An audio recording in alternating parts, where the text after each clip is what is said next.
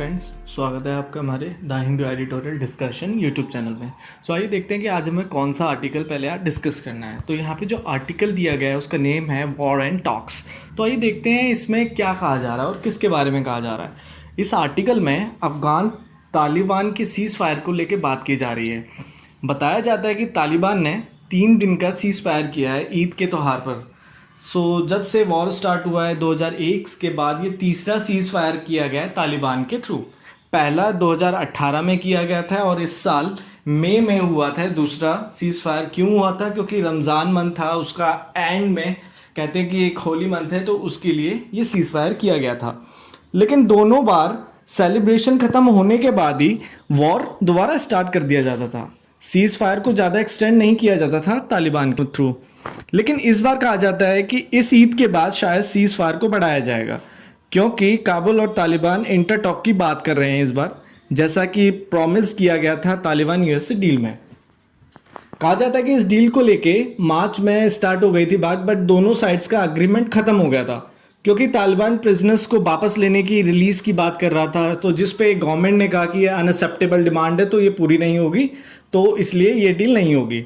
But आज कहा जा रहा है कि आज फाइनली अशरफ गनी जो वहाँ के प्रेसिडेंट है अफ़गानिस्तान के, उन्होंने डिसाइड किया है कि जो 5,000 तालिबान प्रिजनर्स हैं जो बंद है गवर्नमेंट के प्रिजन में, तो उनको रिलीज़ किया जाएगा और इस सीज़ फायर को लेके एक डील की जाएगी, इस पर एक टॉक की जाएगी, लेकिन अभी ईद के बाद। ठीक है। और आगे कहा जाता है हॉस्टिलिटीज़ को स्टॉप किया जाएगा अफगानिस्तान में, जो काफ़ी लंबे समय से चल रही है। बताया जाता है कि यूएस तालिबान अग्रीमेंट साइन हुआ था फरवरी में, जिसमें यूएसए ने बात की थी इंसर्जेंट से, लेकिन सीज़ फायर को लेके नहीं अफगानिस्तान में बिल्कुल भी। उन्होंने जो बात की थी उस कन्फ्लिक्ट से बाहर निकलने के लिए, क्योंकि ये कन्फ्लिक्ट काफ़ी सालों से चला आ रहा है और अमेरिका इस चीज़ में नहीं फंसना चाहता था। तो फाइनली उन्होंने जो डील किया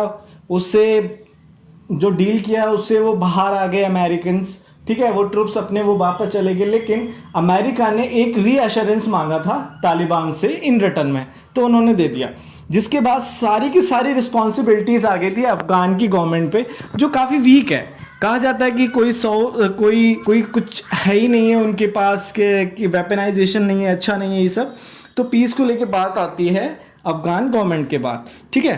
तो बट कहा जाता है कि जो यूएस जो अफगानिस्तान का डील हुआ उसके बाद भी जो वहाँ की गवर्नमेंट है, उन्होंने अपने 3,507 ट्रुप्स को खोया, 775 सिविलियंस उनके मारे गए थे यूएस से तालिबान की डील के बाद की बात। ठीक है। तो अब देखते हैं हमारा जो यहाँ पे दूसरा टॉपिक है, तो इसको डिस्कस करते हैं। Dilating the environment impact assessment process spoils path of no return. देखते हैं क्या कहता है इस आर्टिकल। इस आर्टिकल में बात इन्वायरमेंट इम्पैक्ट असेसमेंट को लेकर बात की जा रही है, जैसे मैंने अभी बोला ही था। देखते हैं क्या बताया जा रहा है इसमें। पहले थोड़ा सा समझ लेते हैं इन्वायरमेंट इम्पैक्ट असेसमेंट है क्या। ये इन्वायरमेंट इम्पैक्ट असेसमेंट एक्ट, यह एक लॉ है।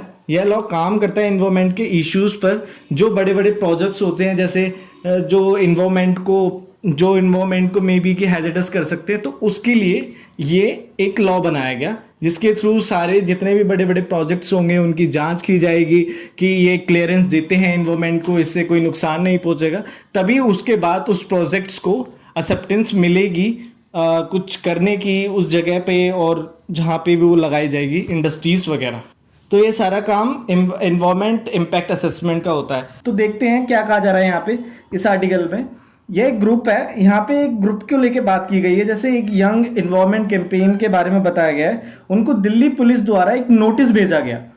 उन्हें नोटिस इसलिए भेजा गया क्योंकि इस ग्रुप ने ईमेल सेंड की थी minister of environment, forest and climate change Prakash Javadekar ji को। ठीक है।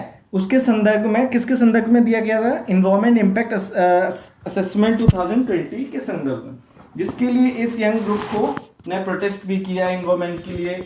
तो क्योंकि इसकी जो पॉलिसीज़ जो बनाई गई हैं अभी 2020 में, वो रिप्लेसमेंट हो रही थी, जिससे कि उसका कोड ऑफ कंडक्ट थोड़ा सा चेंज हो जाएगा, इसके लिए उन्होंने ये प्रोटेस्ट किया था। जिसके लिए गवर्नमेंट ने नोटिस दिया उनको, अनलॉफुल एक्टिविटीज़ नोटिस भेजा, और कहा कि जो ये ड्राफ्ट बनाया गया आईएए की पॉलिसी को लेके, तो उसमें क्वेश्चन आता है कि भाई कि इतना गवर्नमेंट हल्ला क्यों कर रही है। अगर ठीक है उन्होंने ये जो चेंजेस करे हैं उसमें, ठीक है, फिर भी इसके बाद जो उनके लिए जो प्रोटेस्टर्स के लिए जो अगेंस्ट में जो लॉफुल अनलॉफुल लगाए जा रहे हैं, तो ऐसा क्यों करा जा रहा है? तो देखते हैं इसमें क्या करा जा रहा है। इस पेंडेमिक से बहुत कुछ डिस्ट्रक्शन हुआ है जिसका असर हमारी लाइफ्स पर इफेक्ट पड़ रहा है काफ़ी, अगर देखा जाए तो। और इस पेंडेमिक से गवर्नमेंट को कुछ स्ट्रॉन्ग कदम लेने चाहिए इन्वायरमेंट क्लाइमेट के लिए। और आगे कहा जाता है कि जो हमारे रिस्पॉन्स रहे क्राइसिस को लेके, वो शो करता है कि गवर्नमेंट कितनी निगलेक्ट करती रही पास्ट में, जिसकी वजह से पेंडेमिक आ गया। अगर ऐसे ही गवर्नमेंट करेगी तो बहुत कुछ ज़्यादा ख़त्म हो जाएगा। आज हम चाहते हैं कि प्री पैंडेमिक सिचुएशन वापस आ जाए, मीन्स कि सब कुछ पहले जैसा हो जाए, नॉर्मल हो जाए।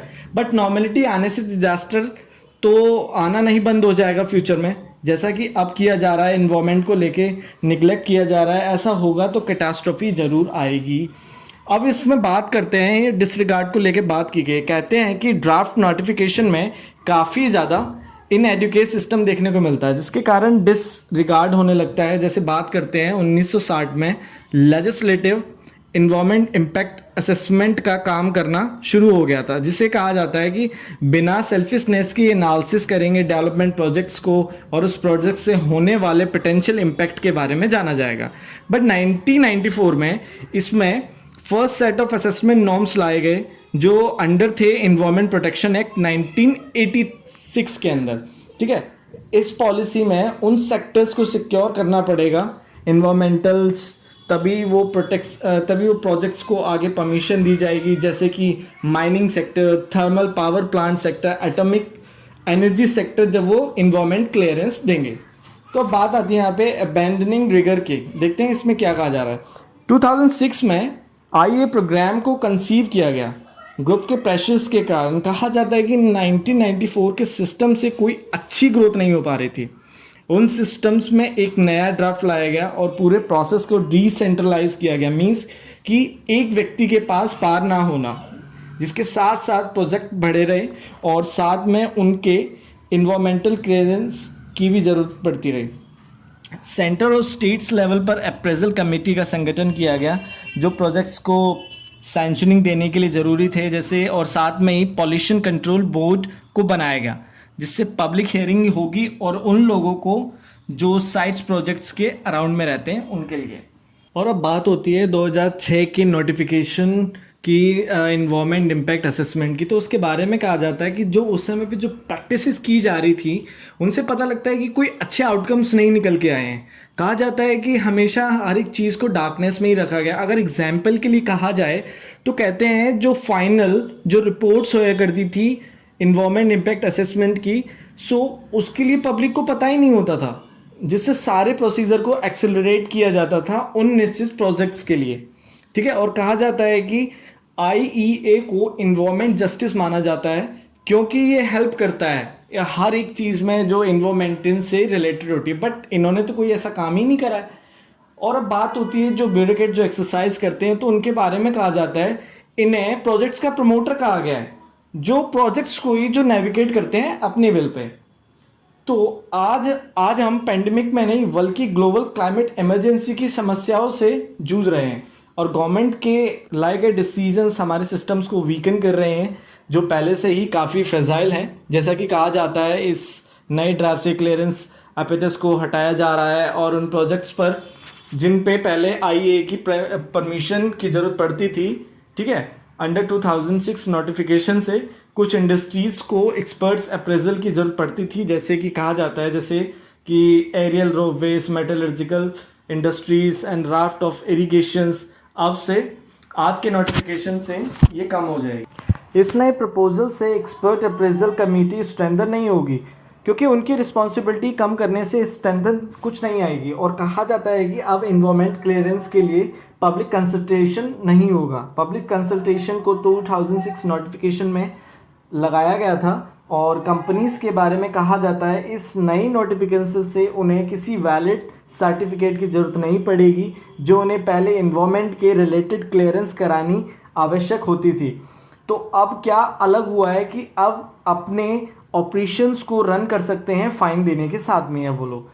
आइए, प्रोसेस से किसी प्रोजेक्ट को लॉन्च से पहले क्लियरेंस करानी ज़रूरी होती थी, बट गवर्नमेंट ने फंडामेंटल में रिवर्स कर दिया है आज।